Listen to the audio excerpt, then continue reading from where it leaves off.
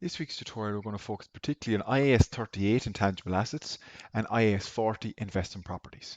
So the first question we're going to look at is stable PLC, which has a number of different freehold properties, and it also has a new patented machine that they've acquired during the current year. So the current year is 2013, and you have three different requirements. Outline all the journal entries to account for the above properties for 2013 only.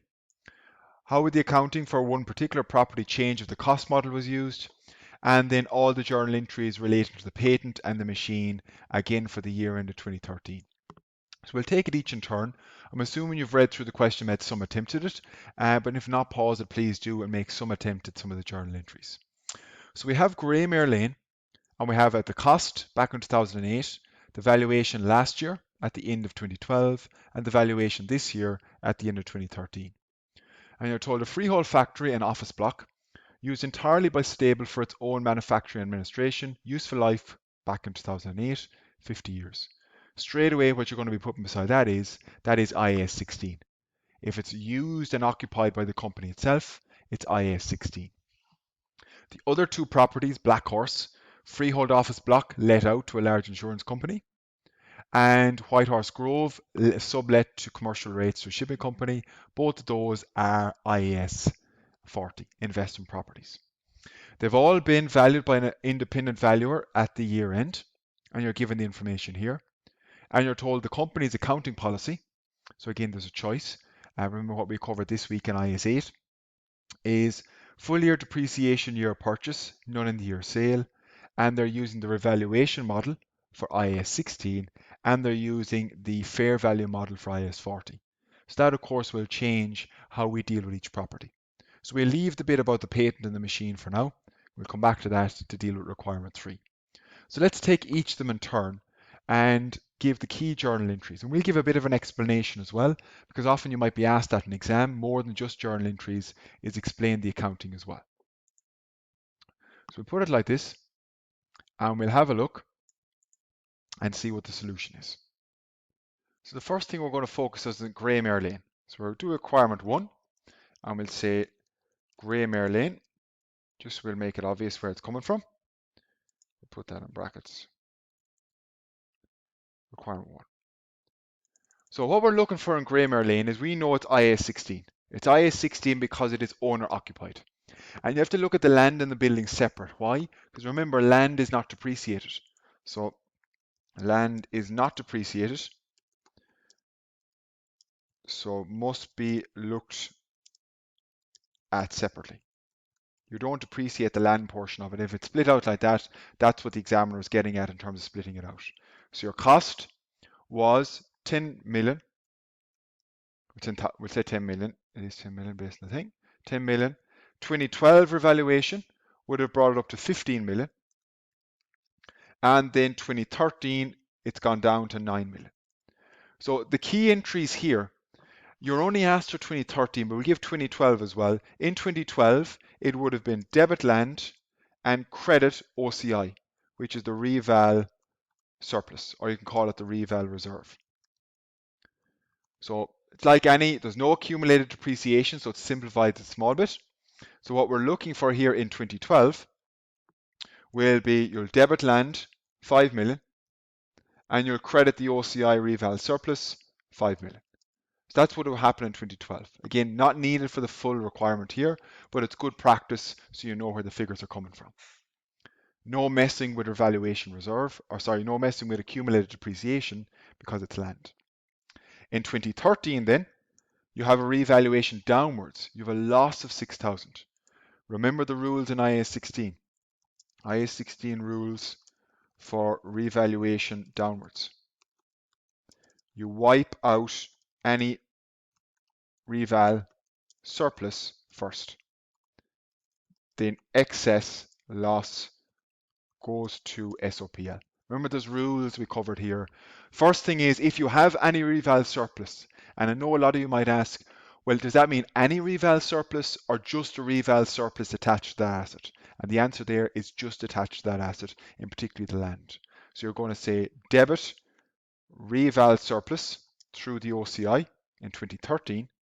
Going to reduce that. You can only reduce it by 5 million because that's all that's there relating to the land. You're going to debit the SOPL, admin expenses, most likely, 1 million, because the total reval loss is 6. You're going from 15 down to 9. And then you credit land 6 million. So the land is then brought back down to 9 million at the end of 2013. And it's as straightforward as that. Nice and easy when it's land because there's no complications with depreciation. We now have to do the similar thing, but we're now dealing with the building. So the building is slightly separate, so we'll put the land here, and we'll do the building separately. So just keep it tidy in case you're looking at solution again. So you come down here to your building, cost 24 million. So that means depreciation each year will be 24 million divided by 50 years. You're told the useful life at the date of purchase and a full year's depreciation in the year of purchase was 50. So 480,000, just tidy that up so it's comma, per annum. So that means the net book value at the 31st of the 12th, 12, last year's revaluation, because we need to know, and this is where a lot of students get caught. They only are asked for 2013, but in IAS 16 you need to know what happened last year, because that will drive whether there's money in the reval surplus or not. If we didn't know what happened last year, we'd have got the journals wrong for the land in 2013. So that can be tricky students unless you're keeping attention in terms of how IAS 16 works. So the cost remains at 24 million. Accumulated depreciation at the end of 2012, just be careful. It's all 8, all 9, all 10, all 11, all 12. 5 years. So it's 480 times 5. So your net book value at the date of revaluation, which that means the first date of revaluation, is 21.6 million. And it was revalued to, revalued amount, 30 million. So again, similar process, get the net book value. Now I know technically there should have been a revaluation maybe in 9, 10 or 11. We're only working with the information we have. So we assume the first revaluation is to 2012, unless you're told otherwise. So that means you had a reval gain here of 30 minus 21.6, 8.4 million. And it's going up, that means it's a gain. So again, we need to figure out, well, what would have happened last year in the accounts, because you need to know what happened in 2012 to figure out the entries for 2013. First thing you do, you debit accumulated depreciation. You get rid of it, and you'll debit that 2.4 million. Accumulated depreciation at the end of 2012 was 2.4 million. You will debit the cost account up by 6 million. Where does that come from? It's going from, if we put there, 24 million up to 30 million. Remove it all. So we're removing all of the accumulated depreciation.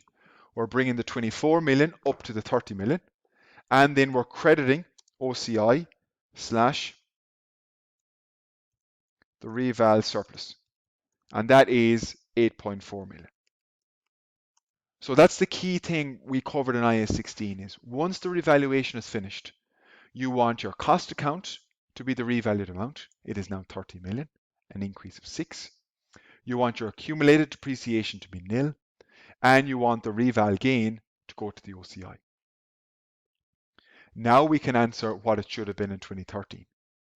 So in 2013, your net book value at the 31st of the 12th, 2013, the cost now is 30 million because it was revalued last year, the 2012 reval, just remember that. Depreciation, you're going to have 1 year because remember you clear out accumulated depreciation, you start from scratch. And the 1 year, this is where students get caught, it's 30 million divided by 45. Now where does that come from? Well, if the useful life at the start was 50 years, there's no mention that the useful life have changed, and you've used 5 years already, there's 45 years left. So it's 666,000, 667. 45 years left. That was a tricky one. Sometimes they'll tell you an updated useful life, which essentially is an update to an accounting estimate that we covered this week in IAS 8, or they'll just say nothing and you assume the useful life still remains intact. of 50 years from 2018, or 2008, should I say. So the net book value, 29,333, and then your revalued amount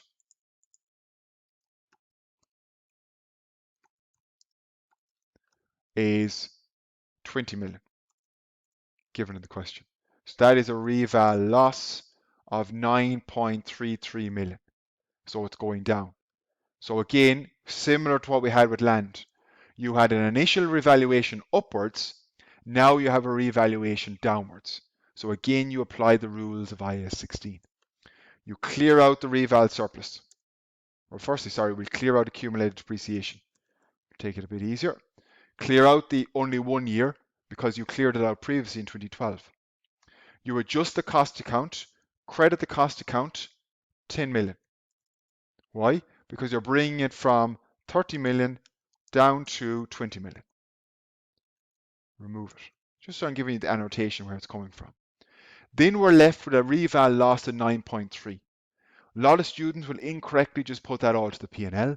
That's not right because we had a previous reval upwards. So under IAS 16, you debit the reval surplus first. How much is in it? 8.4 million. And then you will debit the SOPL, the difference, whatever the remaining loss is over and above the previous one, which is 933,000. Now, we didn't give any information here that the company transfers excess depreciation when there's a reval. So I know depreciation in the revaluation after reval is 666 is higher than the 480. And you might say, well, surely that excess could be transferred. We're not told that in the question. So if you're not told it, you assume it doesn't happen. I will make it clear if I want you to do that. But here we just assume that it's left. You don't transfer excess depreciation. So when you come to 2013, you must apply the IAS 16 rules again. You can only remove the reval surplus related to the asset, which was the 8.4 million, and the loss above that, 933,000, goes to the P&L. So most likely admin expenses. So that's a good practice, again, a good revision of IAS 16, and you'll see IAS 16 on every exam paper. It's not going to be missing from any paper. It's a core fundamental standard that you need to know and need to know well. So that's our first property, which is Greymare Lane. We're now going to look at Black Horse Road. Now this one is an IAS 40 property. Again, get your marks by showing that you know the standards. So what we have here is they're accounted for the fair value method. So actually it's very straightforward here. We know the fair value method just goes straight to the P&L every year. So we don't need to worry about what happened between 28 and 2012. You have the 2012 valuation, land and buildings together, which is 100 million. And you have the 2013 valuation, which is 27 million plus 75 million, which is 100, tidy this up, which is 102 million. So again, you have a choice. You don't really have to present land and building separately when it's investment property. So that is an increase of 2 million. So all you do there is debit investment property, credit SOPL, most likely reducing admin expenses. You can put it as a separate fair value gain if you wish, but often it can be just going into admin expenses unless it is material in its own right. But that's the answer. Nice and straightforward. Look at them together. Because it's the fair value method, it's nice and straightforward. When it's the fair value method, there is no depreciation. So you do not need to calculate any depreciation. Same for Whitehorse Grove. So Whitehorse Grove here, it's the exact same approach. You get the IAS 40. You say 2012 valuation for Whitehorse Grove was 120 million. And now it's gone to 150 million. So it's an increase of 30 million. Because it's the fair value model, all you do is put the 30 million, debit investment property, credit SOPL, either admin expenses or through a separate line item. So they are nice and straightforward. They won't all be like that, but particularly now requirement 2, which we're coming to, complicates things a small bit, where it asks you, what would the accounting for Black Horse Road look like if it was the cost model had been used since acquisition? So again, we're expecting you for the articulation. If the cost model was used under IAS 40, they need to charge depreciation each year. So that's your first thing. So the depreciation would be, just be careful now, it's going to be 60 million, which is the building, you don't depreciate the land, divided by, we're assuming here 50 years, because the life. So you don't have anything else other than the 50 years, so you're assuming the 50 years is the useful life. We make that assumption, assuming. Assume 50 years useful life. So you're charging 120,000 depreciation, or 1.2 million, should I say, sorry, per annum. So that is 60 million. 60 million divided by 50. 1.2 million. So that means the net book value at the 31st of 12th, 2013, cost is 60 million plus 25 million. Be careful. You include the land as well. So 85 million at the 1st of the 1st, 2008. Doesn't change. And then you have accumulated depreciation. 6 years. It's 6 years now because you're going to the end of 2013. So it's 1.2 million times 6, which is 7.2 million. So that means the net book value at the end is 77.8 million, which of course is a lot lower than the fair value.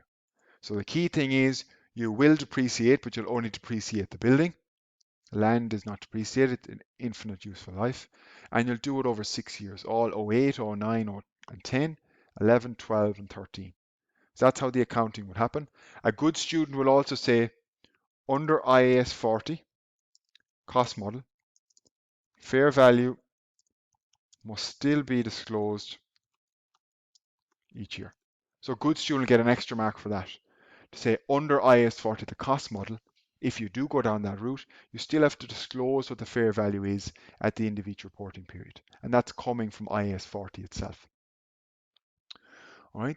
The other thing you might, even to know based on what we studied this week, the change from the cost model to the fair value model is a change in accounting policy. So you have to retrospectively go back and do that. It is rare, if ever, you will be able to justify going from the fair value model back to the cost model, because that really wouldn't give you more accurate information, which is one of the key justifications in IAS 8. It's usually the most time what companies will be doing is they'll be going from the cost model to the fair value model, because that's an easier justification to say it will give us more relevant information. It's very rare, if ever, you will see a company going in reverse from the fair value model trying to go back to the cost model. All right, so hopefully that gives you a good idea in terms of Black Horse Road, when if it had been used since acquisition on the 1st of January 2008, and you assume a 50-year life. So requirement 3 then is asking you outline all the journal entries for the machine and the patent for 2013. So this again is related to IAS 16, the machine, plus IAS 38, the patent. So they acquired a patent on the 1st of October. The patent concerns the manufacturing rights for a new type of saddle. Stable also purchased a machine to produce the new saddle at a cost of 600,000. Right? Legal costs came to 20 grand overall. They received an offer at the year end, but they want to incorporate this revaluation in, and the patent has a useful life of 5 years with no residual value and the time of portion amortization. Saddles will not begin to produce until early 2014. So we take each in turn. Firstly, you recognize the patent. Debit patent cost 400,000. Debit machine cost 600,000. And credit bank 1 million. That's the most obvious place to start. You will recognize at cost in IAS 16 and recognize at cost in IAS 38.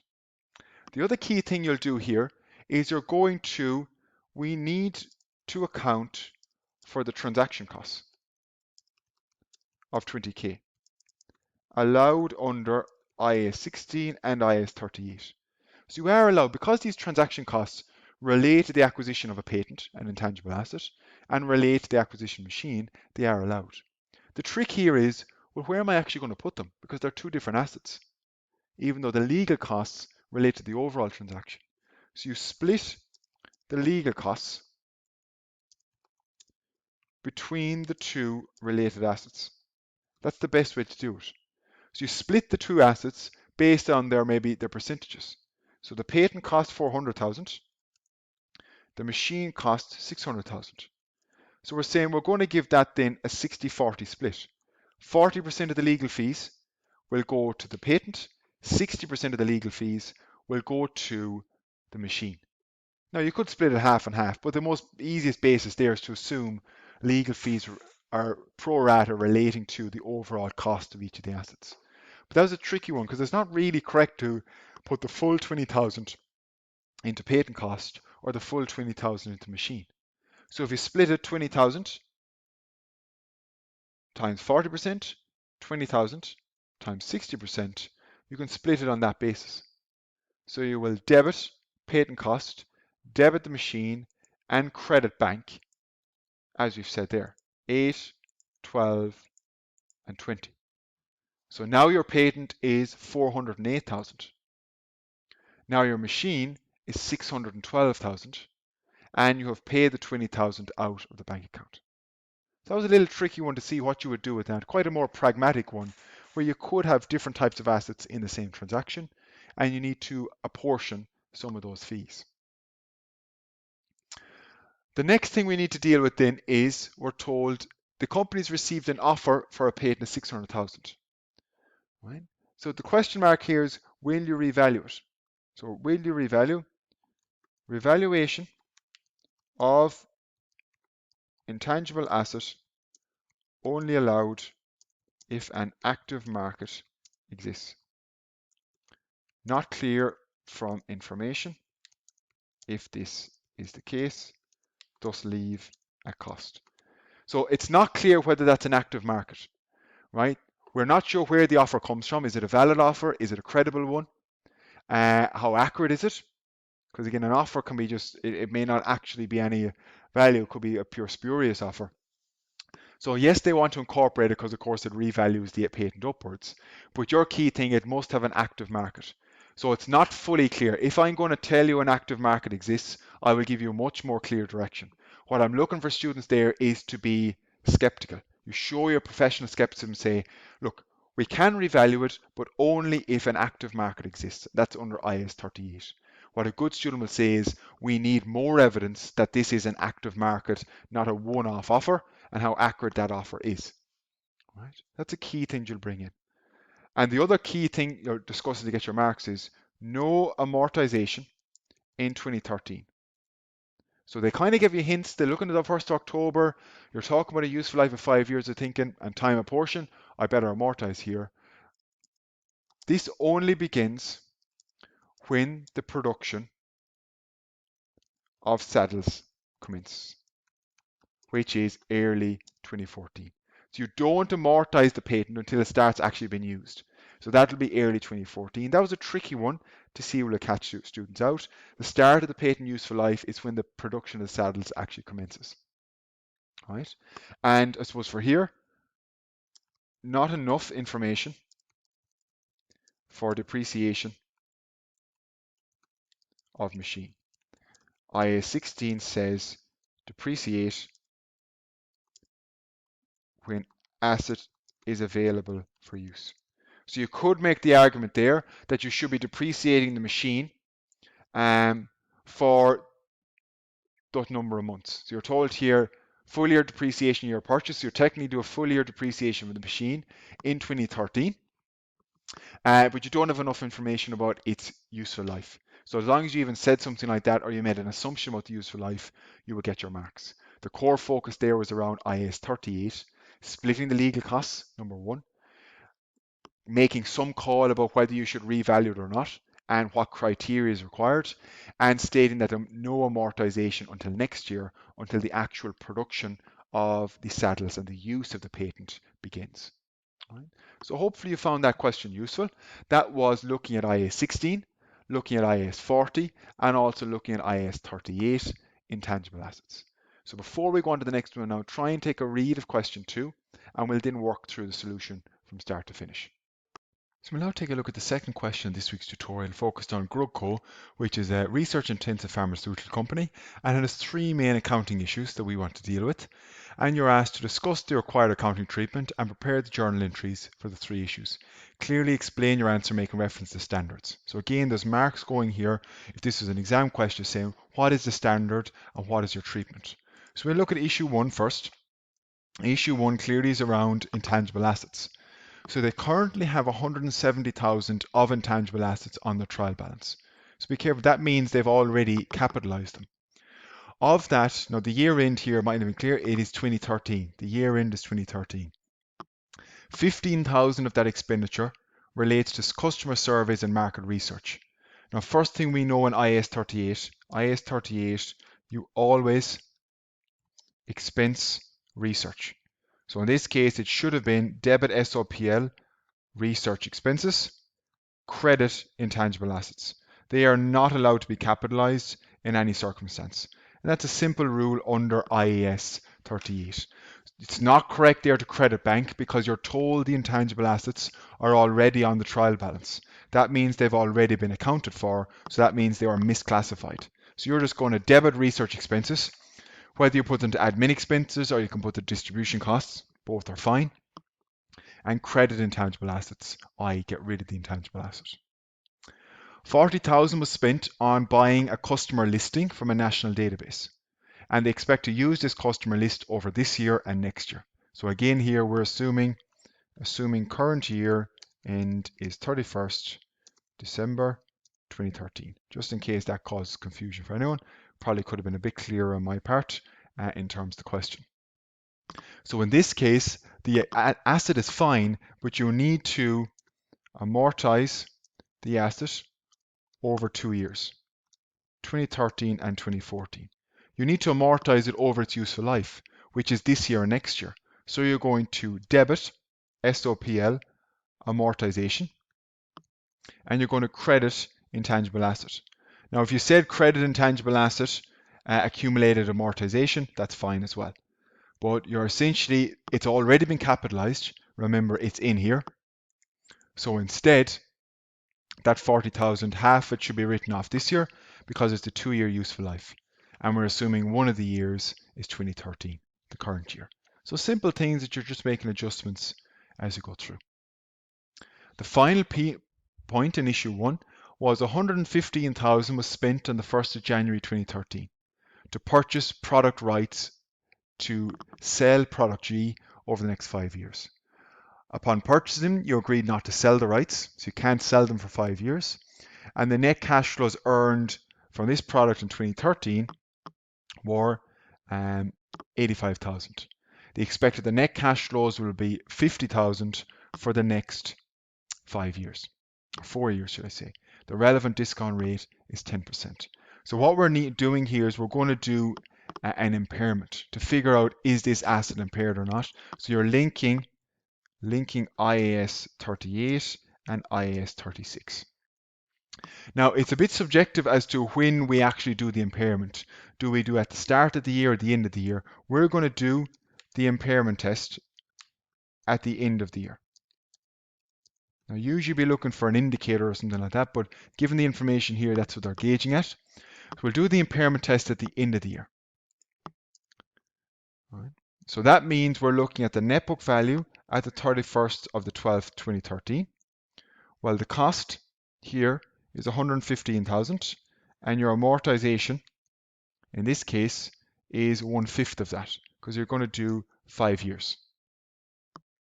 So when we do that, cost less amortization, your net book value at the end of the year, 92,000. That is your net book value. So we'll just give the debit and credit for amortization. You will debit P&L, credit intangible assets, 23,000. So typically we'll do the impairment test at the end of the year. So IAS 36 does have a link to intangible assets as well. So we're then looking at the net book value is 92,000. Your fair value less cost to sell is nil. Why? It's nil because you cannot sell this asset. You're not allowed to sell it based on the agreement. That's told in the question, not to sell the rights to the asset. So that means we need to calculate its value in use. So are we afraid that the value of this is less than its carrying amount? Now this is where it gets tricky. You don't use the cash flows from this year because they've already been received. What you're interested in is 2014, 2015, 2016, and 2017 cash flows. So put CF for cash flow. 50,000, 50,000, 50,000, and 50,000. So they're the cash flows you're going to use. You don't use the 85 because of course that's in its current year. That's already used. You're doing the impairment test at the end of that year. The 85 is already coming in. So the relevant discount rate then is 10%. So you have two choices of this. You can use your discount factor tables and find the discount factor for 10% for 1 year, for 2 years, 3 years, and 4 years. Or you can say, I'm going to do the cash flow divided by 1 plus R, which is 1.1 to the power of 1. To the power in Excel is to 1. So that will get you a present value, 45,000. Now again, you can round to full numbers is fine. Say 45. And you do that for each one. So I'll just tidy them up first before we do it. So it'll be 50,000 in year 2 divided by 1 plus R, which is 1.1 to the power of 2. 50,000 divided by 1.1 to the power of 3. And 50,000 divided by 1.1 to the power of 4. So you can do with each of those like that as you go down along and you're working your 3. So expect the net cash flows to be generated will be 50,000 each year. So it's just important that you're making sure that you're reading the question carefully, you're figuring out exactly where they're coming from. So in that case, if we do that, to get the value in use, you look at the future cash flows, not the current year one, because we're at the end of 2013 now, and you add them up. And your value in use is 158. Now that means the recoverable amount is the higher of fair value less cost to sell, which is nil, and value in use, which is 158,493. So your recovered amount is 158, is 158,493, and your net book value or carrying amount 92,000. So that means there is no impairment, because what you can recover from this asset is more than what the asset is held in the accounts. So in that case, you do not have to impair it. So all the entries that you're making in the 2013 accounts is to recognize the amortization of 1/5 because you have it for 5 years, the right to sell product G. So moving on then to issue 2, which is dealing with investment properties. You're told after a profitable number of years, Growco invested in a new investment property on the 1st of January this year, which cost 500,000. So that's a nice straightforward debit investment property and credit bank. Nothing more complicated than that to start off.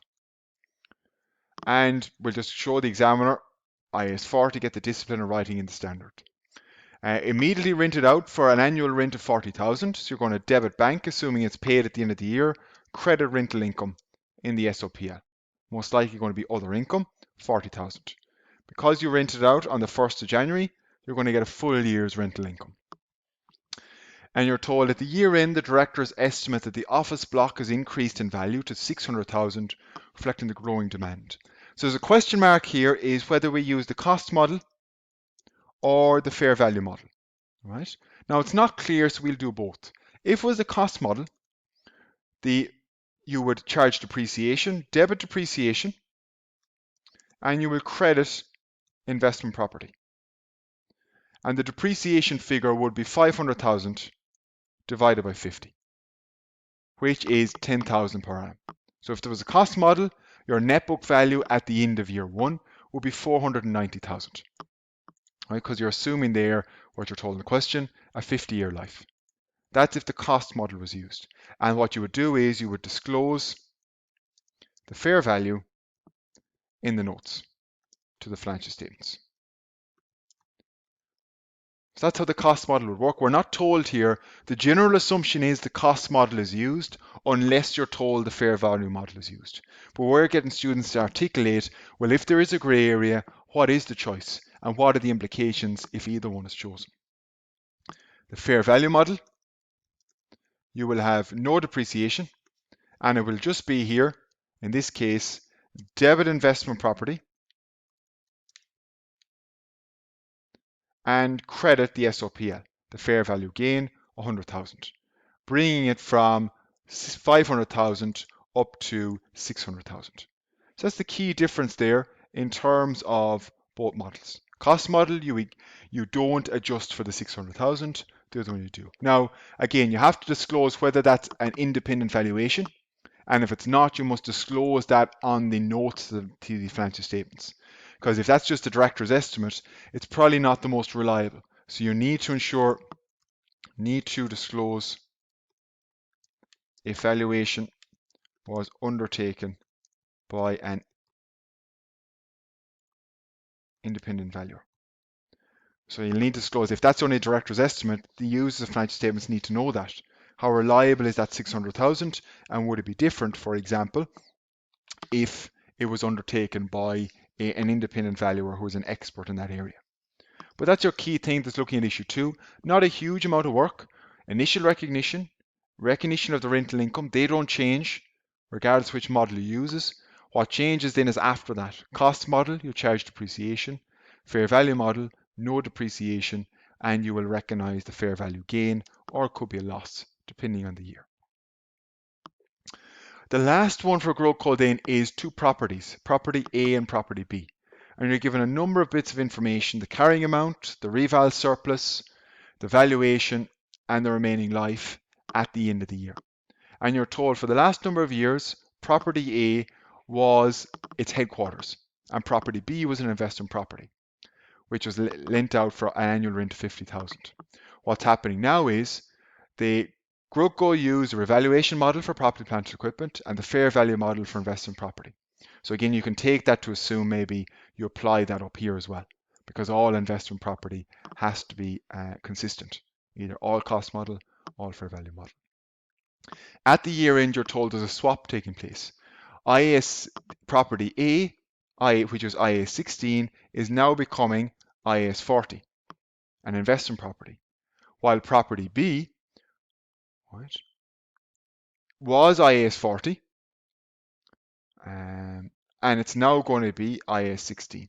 So if you come back, property A was the headquarters, and property A now is going to be leased out. So property A is the headquarters, so property B is categorized as an investment property. Then you're told here on the 31st December, Grubco swapped its headquarters to property B from property A, while Greg, the third party tenant, will move to property A.